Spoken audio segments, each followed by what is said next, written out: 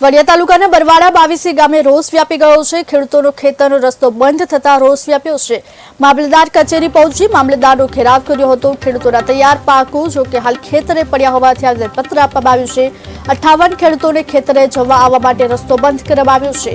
58 ખેડૂતોની કુલ 1500 થી 1700 વીઘામાં વાવેતર કરવામાં આવ્યું છે। કલમ 5 મુજબ દાવો દાખલ કરી રસ્તો ખુલ્લો કરવા માટે માંગ કરવામાં આવી છે।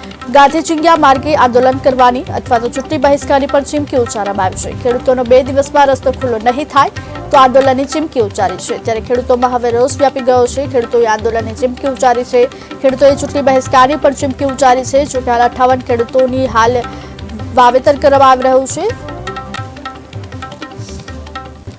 રસ્તો મને સાંભળે મારા 72 વર્ષ થયા, ત્યારે હું 10 વર્ષ નથી તેનો વાડી હું જતો હતો, તેથી અમે હાલીને જતા, મારા બાપુજી ગુજરી ગયા હતા અને એ રસ્તેમાં હાલતા।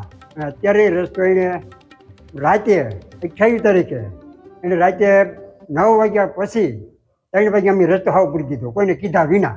અમારે હાલીને કેમ જવું વાડી? મારા 58 ખેડૂત ખાતેદારનો રસ્તો બંધ કર્યો છે। એ લોકો 4 દિવસ પહેલાં બંધ કર્યો છે। હવે અમારે બધો પાક અત્યારે તૈયાર છે। વાડીએ પાણી વાળવા જવું તો મોટરસાઇકલ આડેધડ ખેતરમાં હતી તો પડી કે હાલે એવો રસ્તો નથી, તો આ લોકોએ હાવ રસ્તો બંધ કરી દીધો છે। હવે અમારે હાલવું ક્યાંથી? અમારે હવે ના છૂટકે ગમે એ રસ્તો ગમે એ કરીને અમારો રસ્તો ખુલ્લો કરે એવું અમારે કરવાનું છે।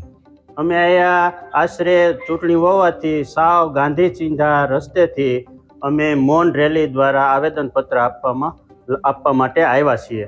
મુખ્ય મુદ્દો તો અમારે એ છે કે અમારે વાડિયા જવા માટે સીમનો જે રસ્તો છે એ કમીગઢથી કેરાળા જવા માટેનો રસ્તો છે। તેમની નીચે આશરે 58 જણાના ખેડૂતોનું ખેતર વાડી બધું છે, બધાને ત્યાં રસ્તો છે। તે રસ્તો ચતુર્દેવસિંહ ત્રાપસિયા તેમજ ભીખાદેવસિંહ ત્રાપસિયાએ જબરજસ્તીથી 28 તારીખે રાતે બંધ કરેલ છે। અમારો રસ્તો